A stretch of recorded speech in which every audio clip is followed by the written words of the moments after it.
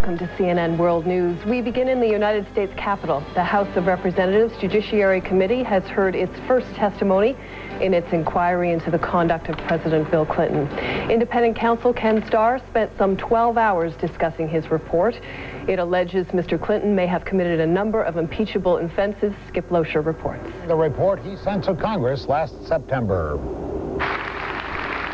In the end, there was a standing ovation for Ken Starr. 12 hours after he started, the independent counsel finished testifying, still contending that the president did commit impeachable acts. The president had to make a decision. He could choose truth or he could choose deception. On all 6 occasions, the president chose deception. It was a grueling day, punctuated by partisan bickering. Mr. Nadler, you had a 5-minute question. When you let him answer. President Clinton's own attorney, David Kendall, finally got his chance at Starr and got an admission from Starr that he's never even met Monica Lewinsky. And you've never really exchanged words with Ms. Lewinsky, have you? That's correct. The answer is yes. I have not had occasion to meet or otherwise to look her in the eye myself. Lewinsky has claimed that early on, Starr pushed her to get the goods on the president. To get Ms. Lewinsky to wear a recording device and surreptitiously record Mr. Jordan or the president, was it not? It was not. Do you hold personal animosity towards him, and has that affected the job you've done? I hold no animosity, and I would love to be back in private life. Next week, House Republicans hope to take depositions from 2 of Mr. Clinton's legal advisors, Bob Bennett, who represented the president in the Paula Jones sexual harassment case, and Bruce Lindsay, the president's longtime friend and deputy White House counsel. We're live in Washington. I'm Skip Loescher. Far from the hearings, President Clinton is discussing the Asian economic slump in Japan. Speaking to American business people in Tokyo, Mr. Clinton urged Japan on Friday to implement reforms aimed at ending the recession. He also warned that relations between the 2 countries could suffer if Japan fails to correct a trade imbalance with the United States. Israel is expected to hand over to Palestinian control another part of the West Bank in just a few hours.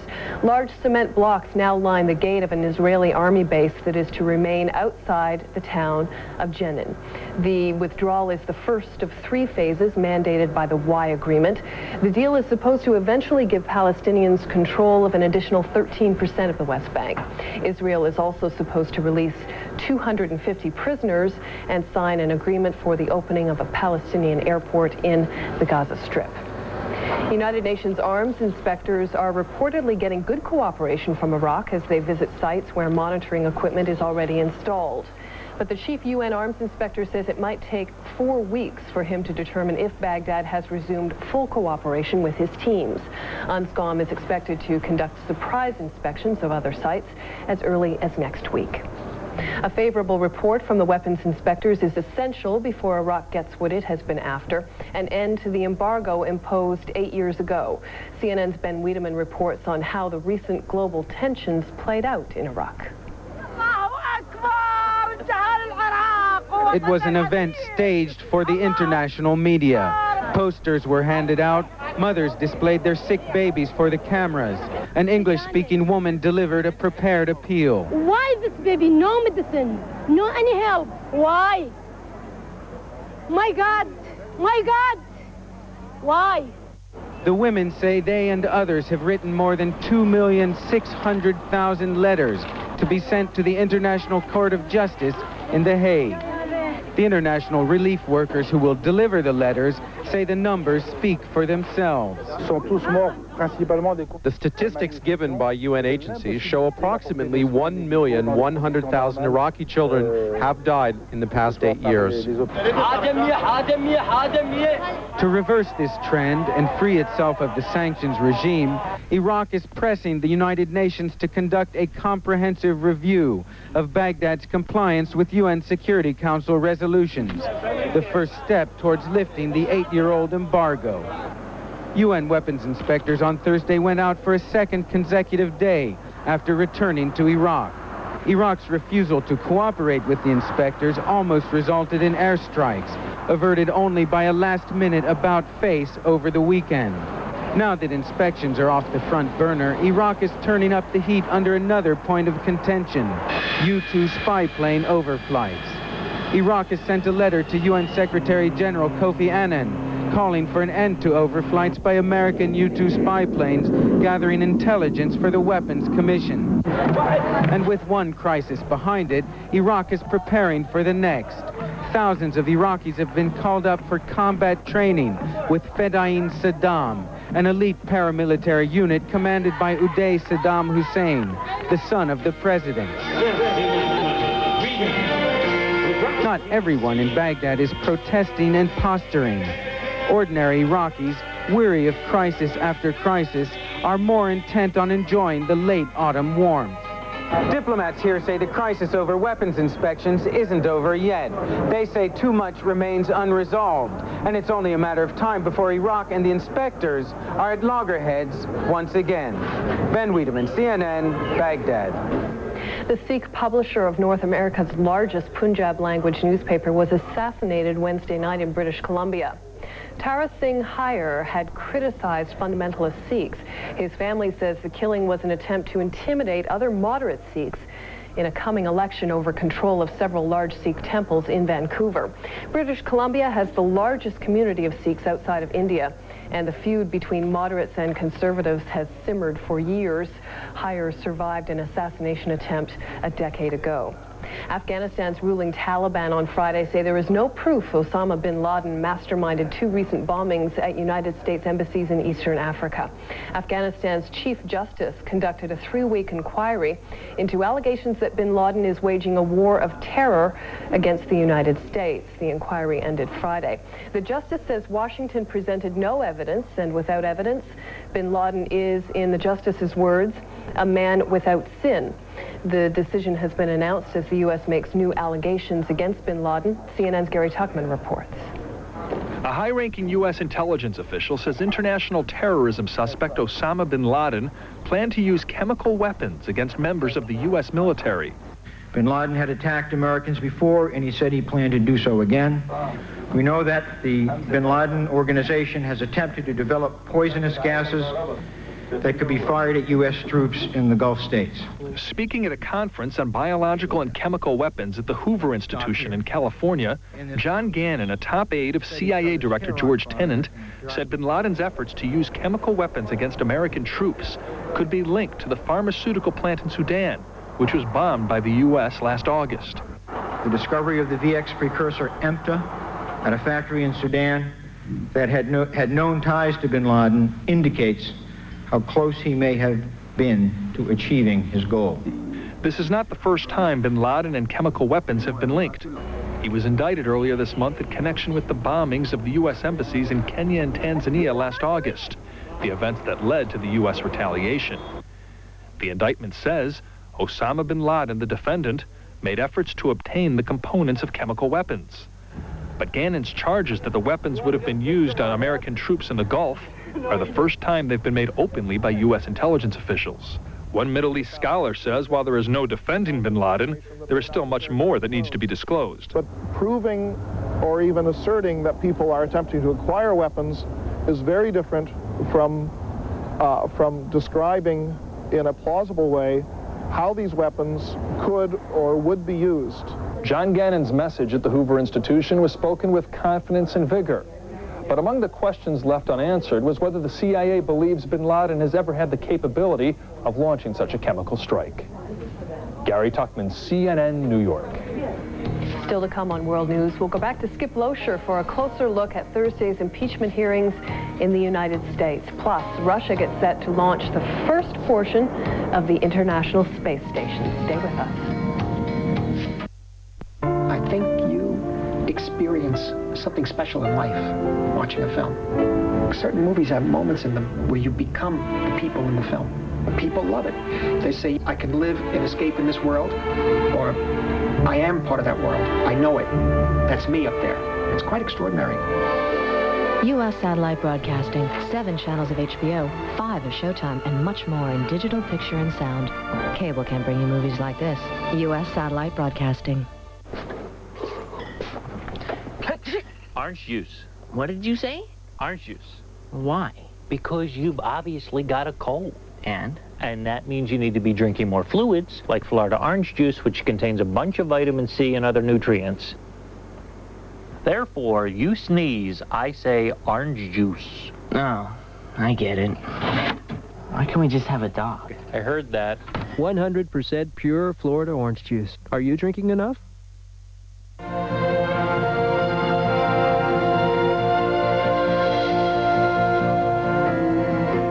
Turning now to our top story, a marathon session at the United States House of Representatives Judiciary Committee. It has heard its first official testimony in the investigation of U.S. President Bill Clinton. And we are once again joined by CNN's Skip Loescher from Capitol Hill. Skip, a very important witness was heard from today. Very important witness, Colleen, although the day turned out, I think, to be something a little less than it was predicted to be. Most members of the news media expected to be overwhelmed by what happened today. They turned out to be underwhelmed. Ken Starr did meticulously answer scores and scores of questions. He held his own. He simply never broke at any one time, even though some of the questions were pointed. On the other hand, he didn't really hit a home run either. It is doubtful that Ken Starr changed a single vote on the House Judiciary Committee. Most of the play on this was going to the American public, trying to drum up support one way or the other, either for impeachment or for censure or something other than the removal of Bill Clinton from office. Colleen? Skip, was anything new learned about any portion of the rather broad investigation that had been going on, that had been conducted by the independent counsel, Ken Starr? One fairly important thing, that Ken Starr's investigation showed that Bill Clinton did nothing wrong in connection with the FBI Filegate investigation or the Travel Office investigation. That's good news for the president, and probably did nothing wrong in terms of Whitewater either. Ken Starr didn't quite close the door on that one, but he's pushed it halfway shut. All right, Skip, so what is still to come in this process then? Still to come next week, Ken Starr and the House Republicans, hope to take depositions from 2 of the president's legal advisors, Bob Bennett, who represented Mr. Clinton in the Paula Jones case, and Bruce Lindsay, Mr. Clinton's longtime friend and deputy White House counsel. Beyond that, we have still yet to hear from Chairman Henry Hyde. We don't know when the next public hearing will be held, and we don't know who might be called as witnesses. Ken Starr has been described, particularly by Democrats, as a man obsessed with trying to find information on U.S. President Bill Clinton. How did he come across today in his testimony? Colleen, he came across as anything but the wide-eyed, true believer that Democrats hoped he would look like. In fact, though, they caught on to that very, very quickly. If you notice, Abby Lowell, the Democratic counsel, and David Kendall, the president's attorney, for example, didn't try to attack Ken Starr as the wide-eyed, true believer. Instead, they went after some of his tactics, trying to punch holes, trying to make it look like he was indeed unfair with what he did to Monica Lewinsky, especially before she was finally granted immunity. You mentioned earlier that it didn't seem likely that he changed any votes on this committee. Is that the real purpose of this, or is there a point where this becomes more of an exercise? Oh, it's a play to the American public. It's a play to public opinion. If the polls go one way or the other, it will make a very big difference. As long as most Americans continue to say they do not want Bill Clinton impeached and removed from office, that's a major plus for the Democrats, and it's a major problem for the Republicans. And did the public, do you think, after the testimony, learn anything new about the strength of the independent counsel's allegations that the U.S. president lied under oath and possibly tried to obstruct justice?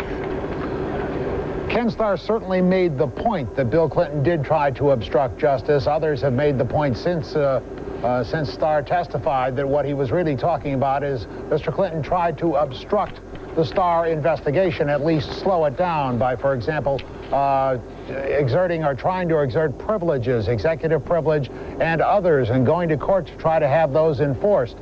Democrats say, look, that's what you do here when you're involved in a possible criminal case.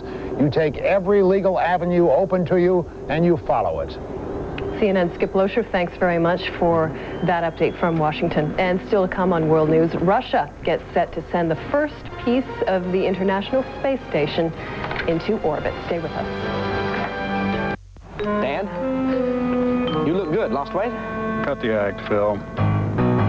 I need to tell management what's happening with our website. Okay. In terms they can understand.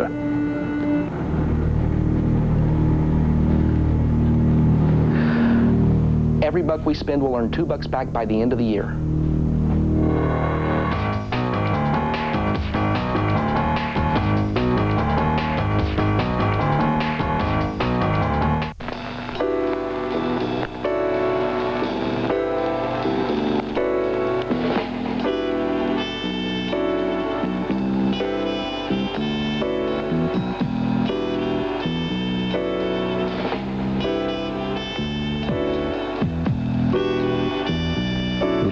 In a long history of exceptional cars from Audi. The Audi A6.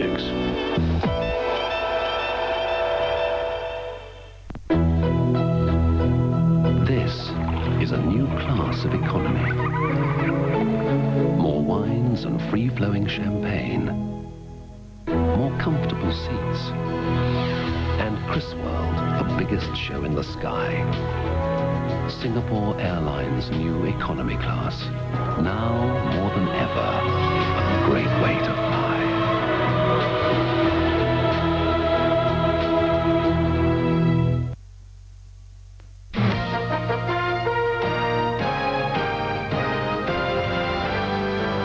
A new era in space exploration is about to begin. Russia is just minutes away from launching the first part of the International Space Station from Kazakhstan. And CNN's Miles O'Brien joins us now with more on the launch. Miles, you're going to walk us through this. We'll try. Colleen, it is one of the most important unmanned launches in history. The first piece of the International Space Station sits about 180 feet off the ground at the Baikonur Cosmodrome in the former Soviet Republic of Kazakhstan. In a little more than 30 minutes from now, the U.S. and Russian space programs are hoping it will be about 115 miles above the surface of the Earth. And the launch vehicle is one of the most reliable in the world, Russia's three-stage Proton rocket. It first flew in 1965 and has launched payloads safely about 200 times since. The piece the rocket is placing in orbit, a $235 million, 44,000-pound control module known as the Functional Cargo Block, FGB if you use the Russian acronym. It's also known as Zarya, Russian for sunrise. That's appropriate since this is the first piece of the space station. A total of about 100 elements are scheduled for assembly in orbit over at least the next 6 years. The finished product will have the volume of two 747s and weigh nearly 1 million pounds. It will take at least 44 separate launches, at least 30 of them shuttle missions, and about 800 hours of spacewalk time to make it all look like this animation. Joining us on the line from the Baikonur Cosmodrome is CNN's Moscow Bureau Chief Jill Doherty. Jill, how does the weather look right now?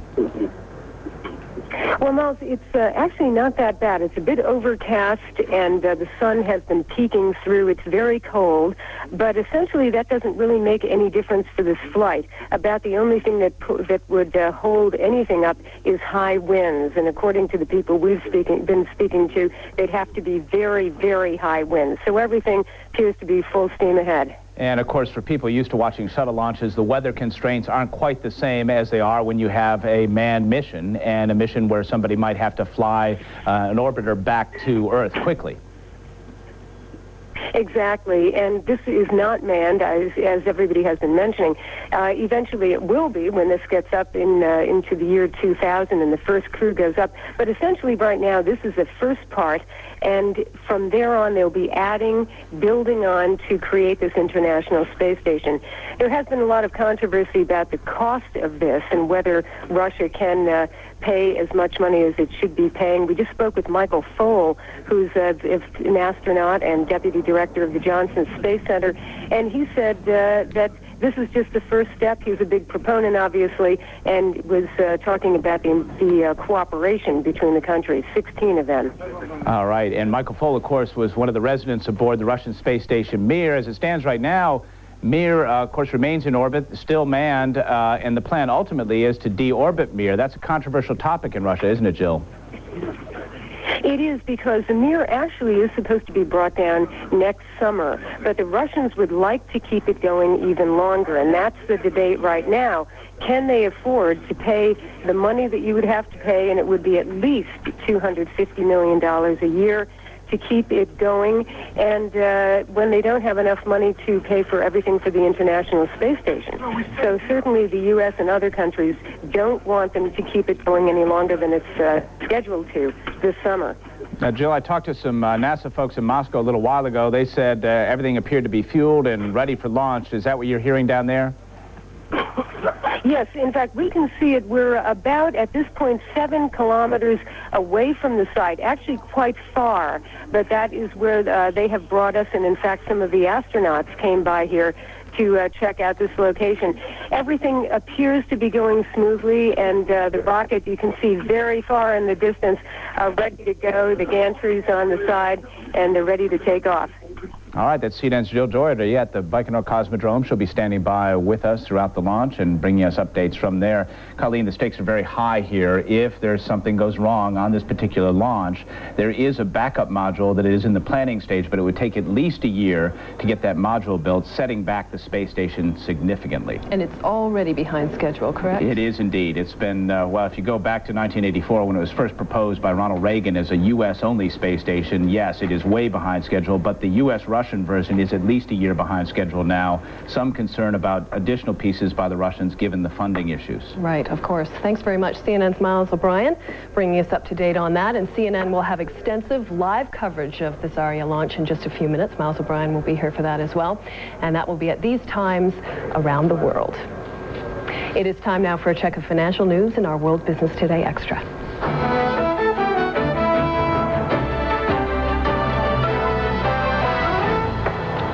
A billion-dollar deal may greet Europe's investors when the markets begin trading in just over an hour. According to Reuters news service, United States franchisor Cendent Group is to announce the sale of its consumer software business to French media group Havas. The deal, it is said, could be confirmed later on Friday. Stocks in Tokyo are rallying. The market is reacting to the ruling party's decision Thursday to form a coalition with the main opposition party. The move is raising hopes that there may be a cut in Japan's consumption tax soon. Many regard a reduction in the tax as a key measure to kickstart Japan's sluggish economy. The Nikkei index is now up nearly 3%. That rise is encouraging Hong Kong investors. The Hang Seng is up 0.5%. Stocks on Wall Street closed higher. They were led by a rally in the technology sector. Investors were relatively unconcerned by the start of the impeachment proceedings against President Clinton. Instead, they focused on whether the U.S. Federal Reserve will continue to cut interest rates again or not. The latest minutes from the Fed's monthly meeting suggest there might be room for a further reduction. The Dow closed at 90.56. That was up 14 points. And the Nasdaq rose 1%. The trade dispute between the United States and the European Union over bananas is intensifying. In the latest round, U.S. Trade Representative Charlene Barshevsky challenged the EU to go to the World Trade Organization to resolve the dispute. But the European Union turned down the offer. The World Trade Organization has already ruled against the EU twice on the banana issue. The United States Federal Reserve is introducing $50 billion of extra currency into circulation in the year 2000. The central bank governors say they fear that if the year 2000 millennium bug creates technological chaos, there could be a run on banks and cash points. The Fed says $500 per family is a reasonable estimate of what might be necessary to tide consumers over in the event of a computer crisis. And that is the latest in business news for now. More world news after the break.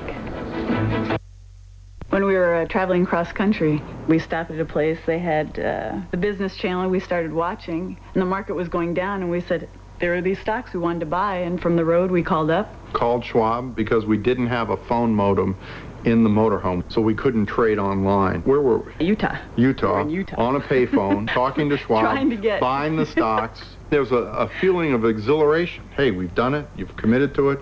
Then we got back in the motorhome and traveled on our way. And those purchases have done very well. I had questions about investing, and nobody would answer my questions. And then one day my friend was telling me about stocks and that she wanted to start a stock group. We go to the meetings. We talk about everything, you know, children and parenting and politics. And then we talk about which stocks look good. And I come home and say, okay, let's do this with the girls' money. Let's invest in this stock. This looked the best to me. And we learned about it on Schwab.com, right? So you can go to college.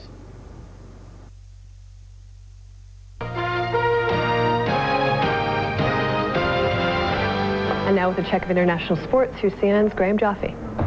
Monica Seles and Steffi Graf renewed their long-time rivalry Thursday night, and it was Graf who came out on top in the quarterfinals of the Chase Championships. This was the first meeting between the two former world number ones in over 2 years, and Seles won the first set 6-1. But as she did against Jana Novotná in the previous round, Graf came back to win the match in 3 sets.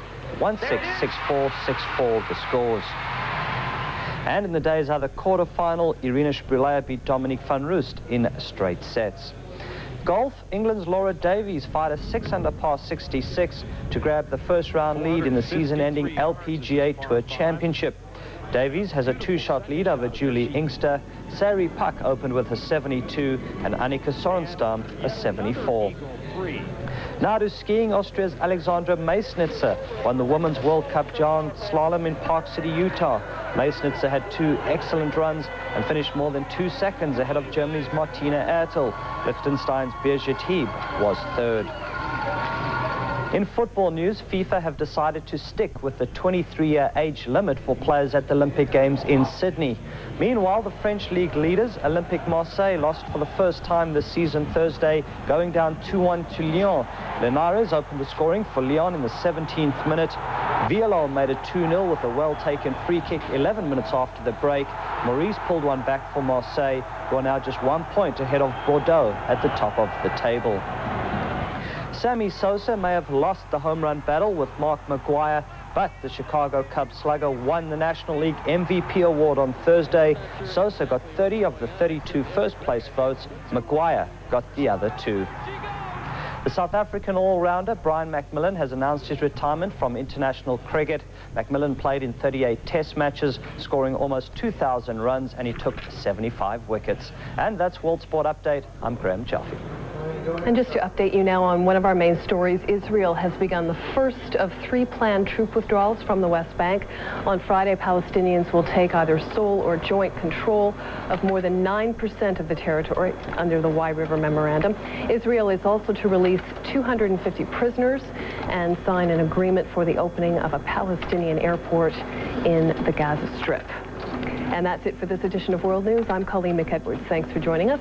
And we will be back in just a moment, so stay with CNN. We will have live coverage of the launch of a rocket taking the first piece of the International Space Station into orbit.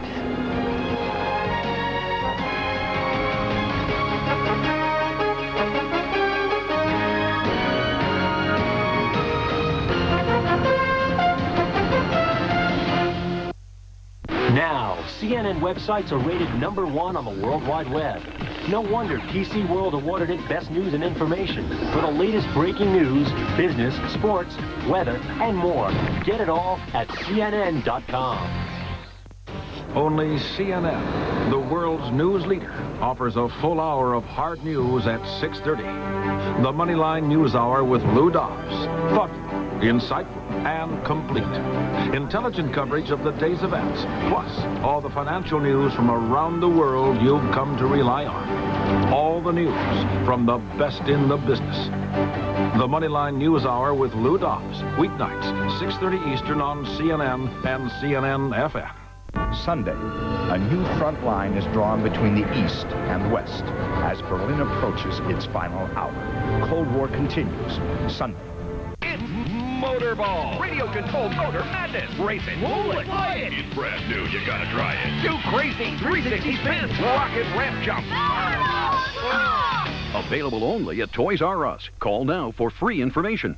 It's balloon magic. It's amazing elastic plastic. Ordinary balloons go pop, but elastic plastic balloons do not. Just roll, stick, and blow for fun balloons filled with air, even a big balloon bear. You get 3 different colors and 3 special blow-ons. Now at leading retailers.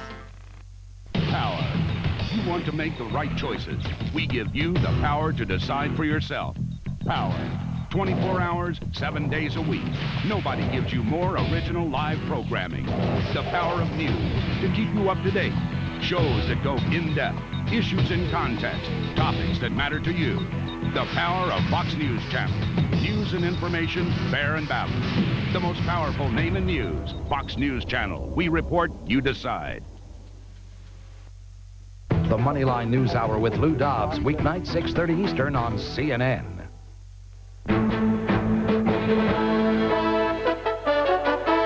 From New York, Moneyline with Lou Dobbs. Sitting in tonight, Jan Hopkins. Good evening. As historic impeachment hearings convened in Washington today, Wall Street paid little attention. Blue chip stocks managed a 14-point gain, but technology stocks fared better. The NASDAQ composite tonight stands at its highest level in 4 months. Rhonda Schaffler has our report. A rally in big technology stocks pushed the NASDAQ composite to within 100 points of its high set in July. Intel, the world's largest chip maker, hit an all-time high today, rocketing $3 to close at 112 7/8. The stock has surged 45% in the last 6 weeks alone. They're doing exceptionally well. They're emerging out of a difficult period for the company, and they're starting to deliver excellent numbers. So if this trend continues in 99, then we don't have a problem with the stock performance. Intel's rally helped lift the NASDAQ composite to a level of 1919, up 22 points on the day. Investors' ferocious appetite for Internet-related stocks cooled, however. Amazon.com plunged 10 3/4 to 153 1/4. Yahoo gave back 4 1/4, and America Online, the big board's most active issue for the second day in a row, fell slightly.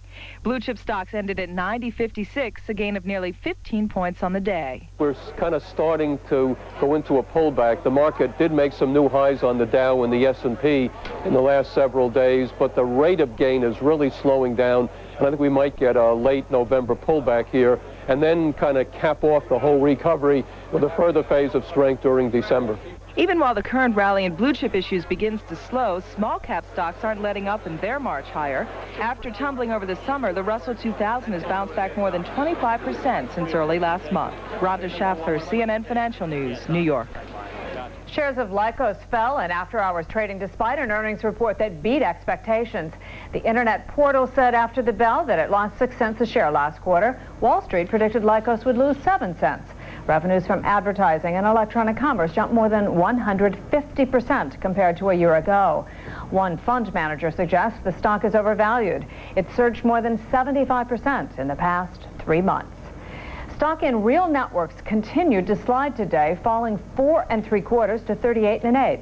Late yesterday, Microsoft said it would sell off its 10% stake in the company, which makes software for broadcasting and receiving audio and video over the internet. Microsoft bought more than 3 million shares in July 1997. But the partnership soured when the companies became rivals in the streaming media business. This summer, the CEO of Real Networks told a Senate committee that Microsoft had engaged in anti-competitive behavior. Microsoft denied the charge. In a Washington federal court today, another witness made the same charge in the government's antitrust case against Microsoft. And as Steve Young reports, the government witness contends that Microsoft is not just hurting other companies, but consumers as well. To prove Microsoft is a monopolist, the government called the chief economist for the Justice Department's antitrust division under Ronald Reagan.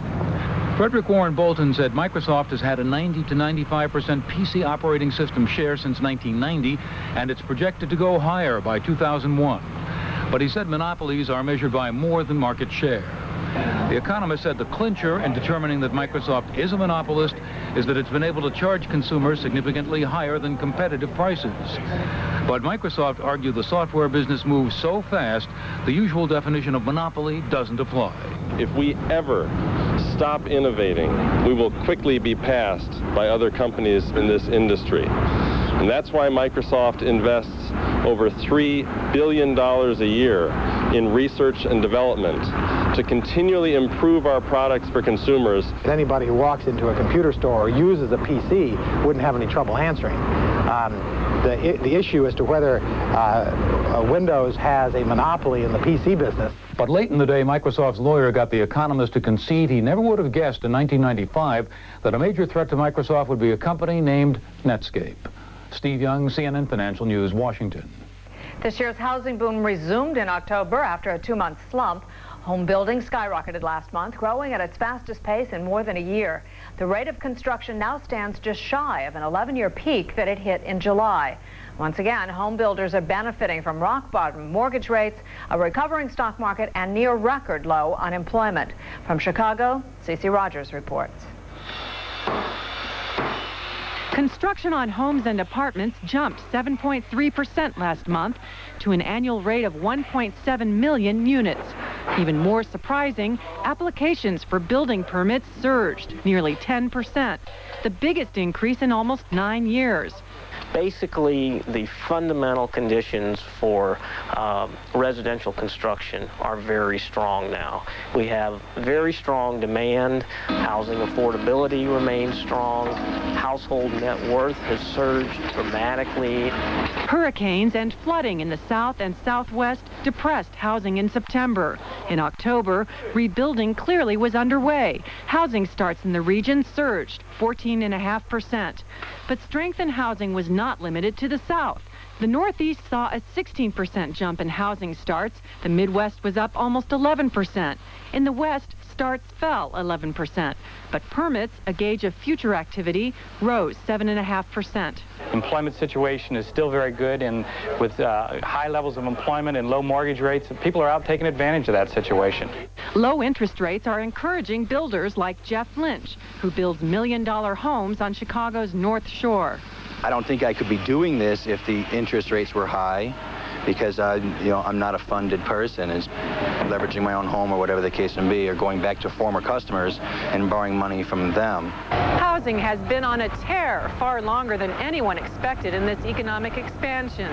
But builders are getting nervous about prospects for next year, especially if forecasts for an economic slowdown pan out.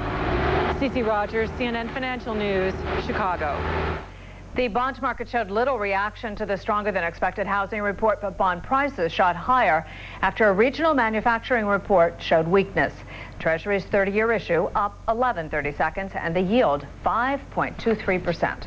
Bond prices rose despite the dollar's drop against the Japanese yen. The dollar tumbled on news of political compromise in Japan.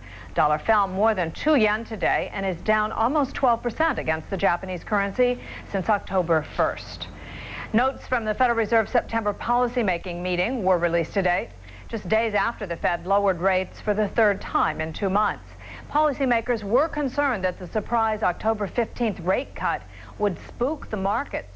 Investors, however, have hardly been spooked. Since that surprise move, the Dow has gained 13%. Coming up on Moneyline, President Clinton leaves a political firestorm for an economic one. We'll look at Japan on the brink of disaster next. If you could accompany your data on this trip overseas, the experience would be alarming. Local carriers handing it to national carriers, over to cable carriers, until you don't know who has your data. Unless you send it through here. With the one and only company that owns the entire network, local, national, and international. So you know who has your data. On net from MCI WorldCom. A new day dawns, and the way you see your world has forever changed. Now, CNN brings in a new era of global news coverage for today's information age. With a new technologically advanced newsroom, adding new talent to its list of distinguished journalists, and introducing programs that inform, educate, and entertain. The next generation of news coverage here today from America's most trusted news source, CNN. You'd expect breaking news from CNN Interactive, but how about fashion, travel, entertainment, health and medical news, science breakthroughs, weather, plus links to CNN's great business and sports sites. No wonder PC Magazine calls it the web's most complete news source. CNN Interactive, a whole world of news and information on the World Wide Web. Get it all at CNN.com. Today's most powerful financial tool is information. Now, immediate and comprehensive, in-depth business intelligence from Industry Watch, all free. Go to CNNFN.com, the financial network. Online is Zadia, and also the module where the astronauts and cosmonauts will be living. But beyond that, pretty hard to judge because it's extremely expensive. And with the economy the way it is, who knows what will happen. By the way, Miles, we're hearing the countdown crackling now over a loudspeaker here at Baikonur, and they've been counting right down, so we're getting very close to the moment that is going to be taking off. Miles? All right, Jill, just stay with us. We want to welcome our viewers in CNN United States as well to our coverage. And as we welcome them, let's take a look at the launch. And liftoff. Liftoff of the Proton rocket and the Zarya control module. The International Space Station is underway. The Proton building up thrust, good roll and pitch program according to flight controllers. The first component of the International Space Station heading toward orbit.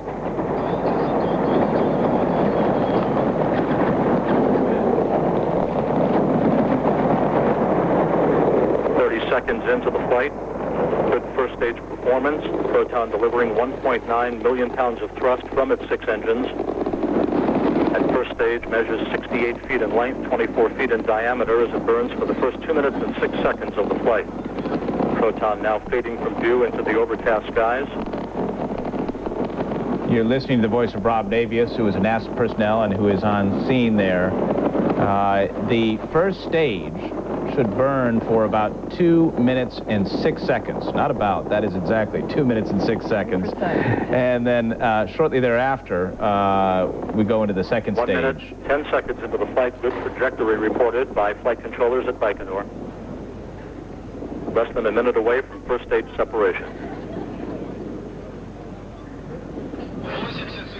Nevertheless, so far so good. Jill Doherty, from your vantage point, how did that look to you? Well, it was pretty interesting to see it from here, I'll tell you. We're about 7 kilometers, about 4 miles away. 35 seconds into the flight, Russian flight controllers report yaw, pitch and roll. And Miles, as it went up, it was a huge boom as the sound made its way across the steppe, and then up very quickly into the sky. We're standing by for first stage. Miles, just remind us again of what is on board and the fact that this is just one in a very large series. It's the first of 100 distinct elements in what is a far-flung venture in space. Truly unprecedented as an engineering task. 100 separate elements. It'll weigh close to 1 million pounds when complete. It will have the volume of 2 747s and will be able to hold crews for extended periods of time. The lifespan on it is slated to be 15 years. I'm curious, Bob Cabana, I assume you're still on the line with us. Bob, first of all, as you watch that go up, so far so good, huh? Is Bob Cabana still with us? Sounds like we've lost him. All right, I'll tell you what. All right, why don't we Let's just take a short break and we'll come back with more on this. We're going to have a discussion actually when we come back, a look at the legacy of the space station Mir, so stay with us here on CNN.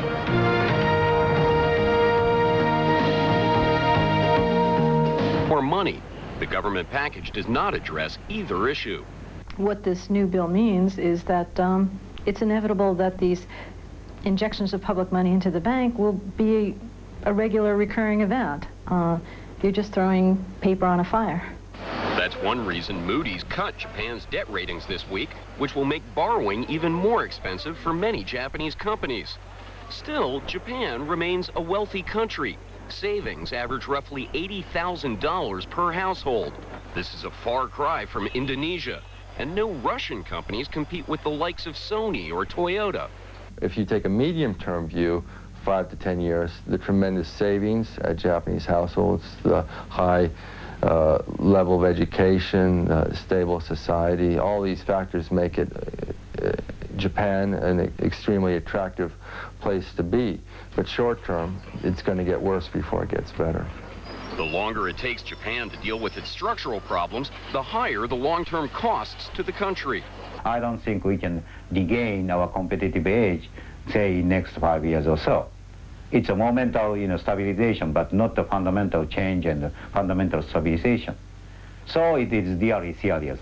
What's serious for Japan is crucial for the rest of Asia, because without recovery in the region's largest economy, better days elsewhere can only remain a hope for the future.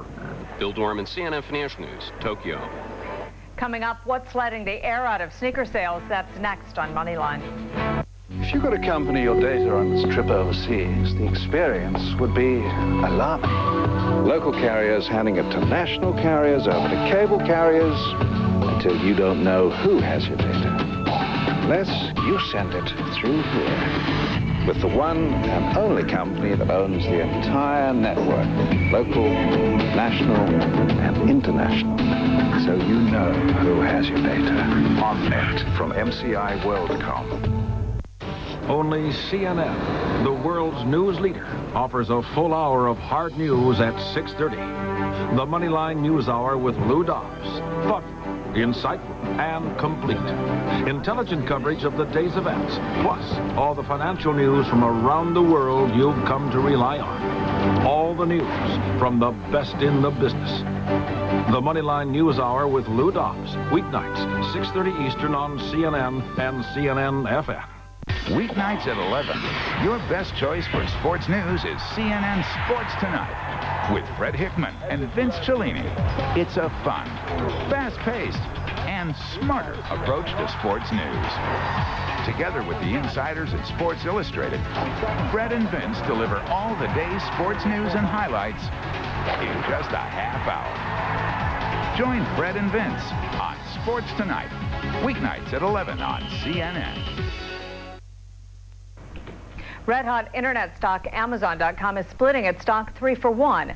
The announcement came after today's market close. Amazon.com today fell more than $10, closing at $153.25. The stock split takes effect on January 4th. Tonight's Moneyline movers, Time Warner was up 7 1/8 to a record high. The owner of this network announced a 2-for-1 stock split. Texas Instruments gained 4 7/8. Bank Boston, Robertson Stevens upgraded the stock, saying the company is poised to gain market share for digital signal processors, which are used in wireless phones and modems. MCI WorldCom was up 3 9/16. It will introduce a service to provide faster internet access over regular phone lines. IQOS surged more than $3 after federal filings showed that Bill Gates now owns about 13% of the biotech company. Gates has been on the board of IQOS since 1990. The UAL, the parent of United Airlines, lost almost $4. Several brokerage firms today downgraded it and other airline stocks, citing weak domestic revenues for October. Delta Airlines, U.S. Airways, Northwest, and AMR, the parent of American, all losing ground. Separately today, American Airlines agreed to buy Reno Air for $124 million. American said the routes of the two airlines do not overlap. The acquisition of Reno will let American expand to the West Coast. In other corporate news, Pixar Animation Studios is counting on big bucks in Bugs. The computer animator's newest film, A Bug's Life, premieres tonight. Pixar says competition from another animated insect movie, Ants, can only increase market interest. Pixar CFO Lawrence Levy said today that animation is good business. Toy Story produced $400 to $500 million of profit for Disney after all costs. Pixar kept 10 to 15% of that, so we've made over $50 million from Toy Story. For A Bug's Life, we have a chance to keep 50% of that. So if it does anything in that league, there's a huge profit pie to be split up. Pixar CEO is Apple computer founder Steve Jobs. Pixar closed just over $50 today. The stock has gained almost 20% over the last 3 months. Bookstore giant Barnes & Noble today reported a third-quarter loss of $4.6 million. BarnesandNoble.com online had losses of $21 million. Barnes & Noble stock closed today at $32, down just half a point. Venator today reported third-quarter losses of $40 million, considerably worse than Wall Street expected. Analysts blamed weak back-to-school sales for the bigger-than-expected loss. Susan Lisovich reports performance of the former Woolworths threatens to disappoint for the rest of the year. The parent company of Foot Locker and Champs Sports Stores is suffering from fashion trends that do not favor athletic shoes and apparel. In the meantime, aggressive expansion by competitors Just for Feet, Foot Action, and Finish Line are also taking away market share. The NBA lockout hasn't helped either. Nike's newest Air Jordan sneaker so far is a big disappointment. Timing has worked against the company. There's really a negative fashion cycle that they're having to encounter, which is that the whole athletic look is really out of favor with that core trend-setting fashion consumer the young kids today have. But Venator's problems can't be blamed on timing alone. In the last few years, the company has undergone an extraordinary transformation, closing down its legendary but unprofitable variety store business, Woolworths, to concentrate on athletic retail. That distracted Venator at a time when its competitors were coming on strong. In the meantime, it made a few bad fashion bets that resulted in excess inventory. There's been an overall weakness in athletic apparel and footwear business in general. Most of this has not been foreseen, so it's been a very promotional environment, which puts pressure on prices and margins. Venator's stock is down more than 60% from its 52-week high hit in March. Shares of other athletic footwear companies have also been trod on. Greater concern to analysts, Venator also says fourth quarter earnings will fall below expectations because of continuing tough sale trends and excess inventory. Jan. Bad timing. Very bad timing. Thanks, Susan. When we come back, traitors or patriots? To the people of Massachusetts, the patriots are looking very unpatriotic. And Wall Street's reaction to the impeachment hearings as told by Myron Kandel.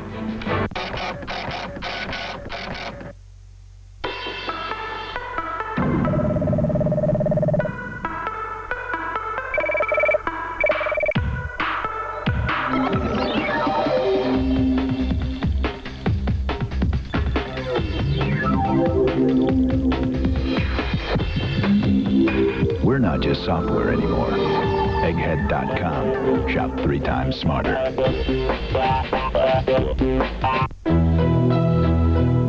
This is a new class of economy. More wines and free-flowing champagne. More comfortable seats. And Chris World, the biggest show in the sky. Singapore Airlines' new economy class. Now, more than ever, a great way to fly.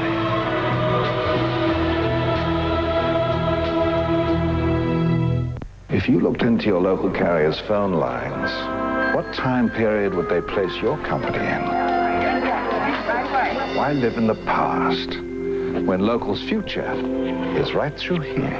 On Net, where local, national, and global all flow over one network owned by one company. Oh, and did I mention it'll save you money? On Net from MCI WorldCom. Sunday on Cold War. Berlin approaches its final hour as one city. What started as a barbed wire fence now becomes the new front line between the East and the West. Thousands risk death for a run to freedom through a wall that divides a city, imprisons its people, and becomes the very image of the Cold War. As the landmark documentary series continues, Sunday, 8 Eastern on CNN. The Moneyline News Hour with Lou Dobbs, weeknight 6:30 Eastern on CNN. Today's most powerful financial tool is information. Now immediate and comprehensive in-depth business intelligence from Industry Watch, all free. Go to cnnfn.com, the financial network.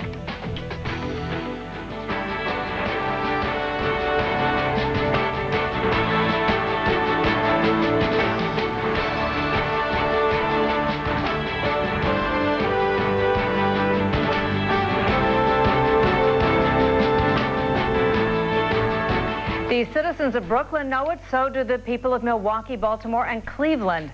They know it's hard to hold on to professional sports franchise. Now add the New England Patriots to the list. Today, the Patriots signed a tentative agreement to move from the outskirts of Boston to Hartford, Connecticut.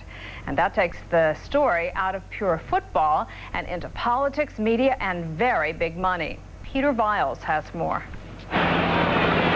In a game of political football, this was the ultimate end run. While the governor of Massachusetts was attending a Republican conference in New Orleans, the governor of Connecticut was home playing hooky and cutting a tentative deal to take the New England Patriots out of Massachusetts and put them in a new $350 million stadium in downtown Hartford. If we are successful, as I'm sure we will be over the next 45 days, the New England Patriots will play their first home game in Hartford in the fall of 2001. The governor of Massachusetts made no move to match the offer. It far exceeds what I believe the taxpayers of Massachusetts would be willing to support. $350 million of taxpayers' dollars is an extraordinarily sweet deal. The move would open up another hole in the NFL's national coverage map. The league has no team in Los Angeles, the second biggest TV market. Boston is the 6th largest market, and Houston, also without a team, is 11th largest.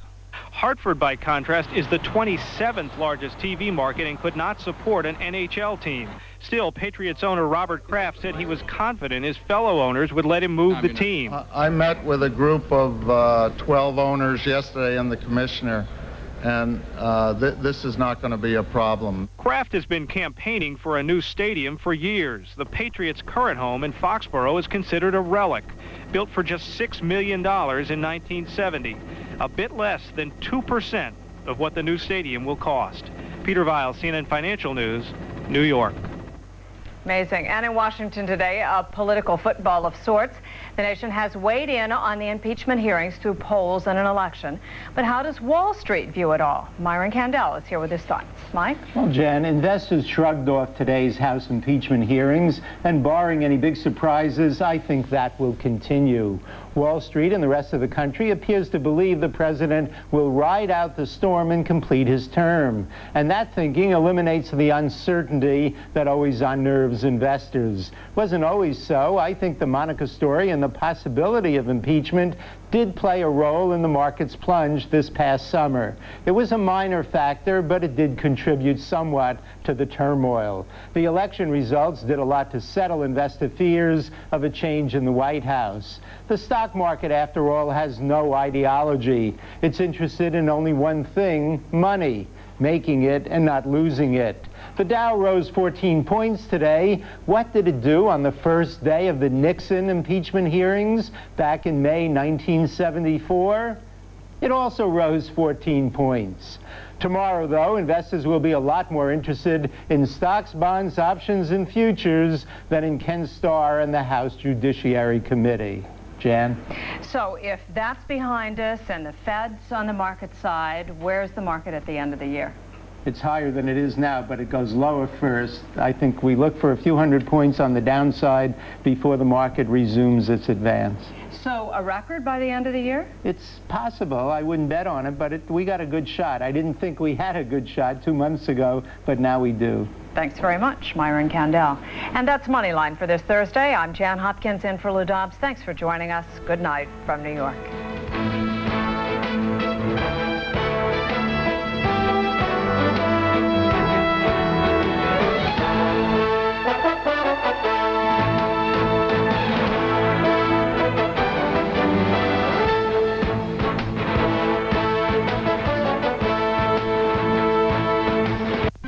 Now there's more news in the morning with Carol Lynn and Leon Harris on Early Edition, weekdays 7 Eastern on CNN.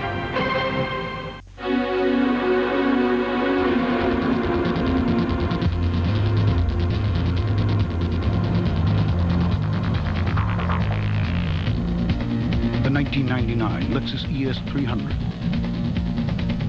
with the new, more powerful VVTi V6 engine.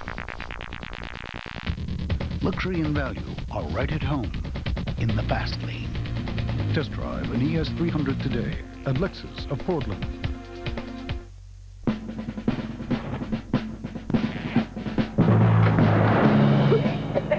Right now at Stark Street Lawn and Garden, get the mowing features you want with a Honda Harmony lawn tractor. Built for durability, precise handling, and a comfortable ride, the Honda Harmony always delivers a well-manicured lawn.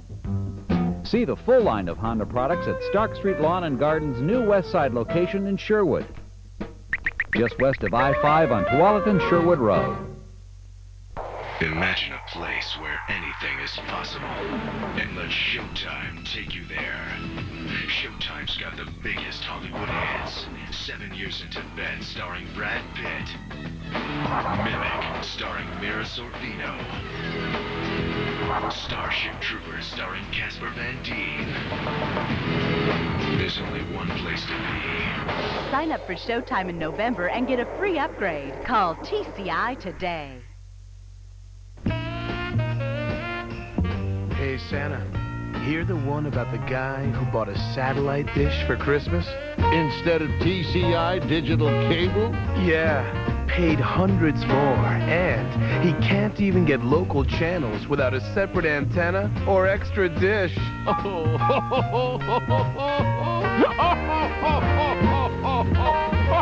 TCI digital cable. It's smarter. It's Unusual with Lou Dobbs, Saturday, 8:30 on CNN.